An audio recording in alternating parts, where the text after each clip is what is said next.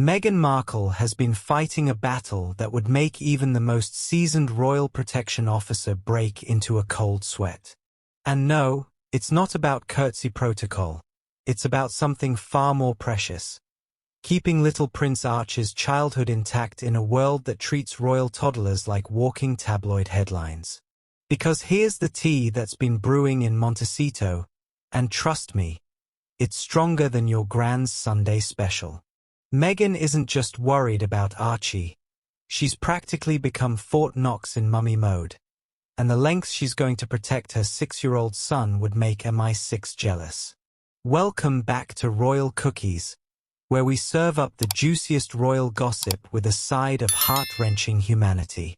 I'm your host from Royal Cookies, and buckle up buttercups, because today we're diving deep into the privacy war that's reshaping how we see royal parenting. From secret school strategies to Instagram heart emojis that carry more weight than the crown jewels. This is the story the palace doesn't want you to hear. You know how some parents worry about their kids getting picked on at school?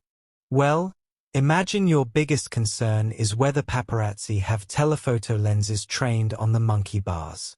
That's Meghan's Monday morning reality, and frankly, it's enough to make anyone reach for the wine before lunch. Because nothing says normal childhood like having your mum strategically place heart emojis over your face in every single family photo. And before you roll your eyes and mutter celebrity problems, let me paint you a picture that'll make your skin crawl. Meghan's been adamant about keeping their faces out of the public eye for privacy reasons. And when she recently shared those adorable Disneyland photos, she covered both Archie and Lilibet's faces with hearts. Sweet? Absolutely. Necessary? That's where it gets dark. But here's where it gets really interesting. Because this privacy fortress isn't just about hiding faces. It's about completely rewriting the rules of royal childhood. And some people? They're absolutely furious about it. Picture this. You're trying to give your kid the best education possible. But every school you consider might as well put up a neon sign saying Royal Child Studies here, photo ops available. It's like trying to find a quiet restaurant when you're dining with a marching band. Archie started elementary school in 2024, with reports suggesting he might attend either Laguna Blanca or Kate School, two of the area's premier private schools, with fees around $53,000 a year. Because apparently, when you're fifth in line to the throne, your education budget needs more zeros than a NASA countdown. But here's the kicker, and this is where Meghan's strategic genius really shines through. She's not just picking a school based on their maths program or whether they have a decent football team. Oh no. She's basically running a risk assessment that would make corporate security consultants weep with envy. Think about it. Which school has the best privacy policies? Which one has dealt with high-profile families before? Which headmaster can be trusted not to leak little Prince Archie's crayon artwork to the Daily Mail? These are the questions keeping Meghan up at night. And honestly, can you blame her? Because every parent wants their child to make friends, join clubs, maybe star in the school play.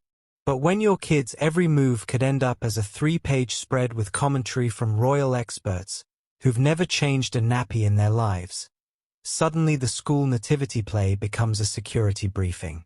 But wait, because if you think choosing a school is complicated, just wait until you hear about Meghan's Instagram strategy.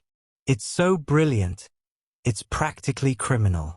Both kids made their first appearance on Meghan's personal Instagram account in January 2025 when she announced that their rescue beagle, Guy, had died.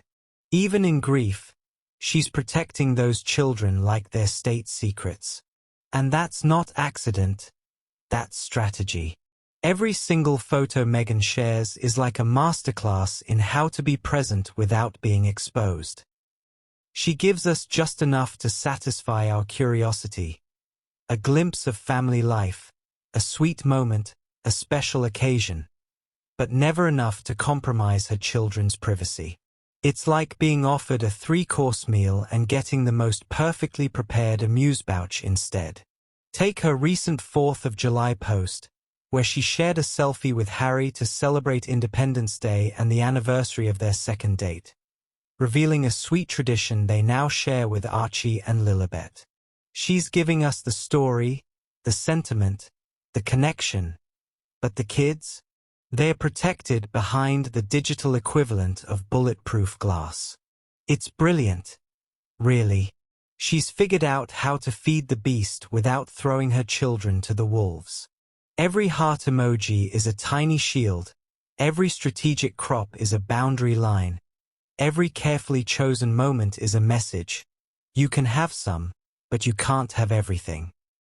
But here's where the plot thickens. Because this isn't just about Instagram hearts and school choices. This is about a fundamental shift in how royal children are raised. And let me tell you, some people are absolutely losing their minds about it.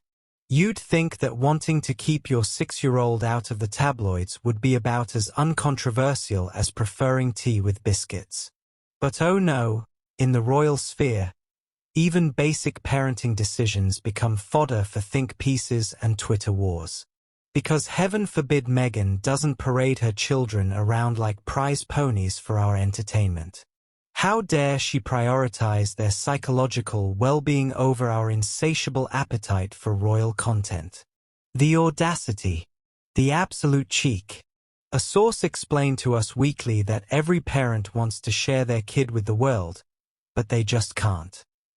And there it is, the impossible position of modern royal parenting.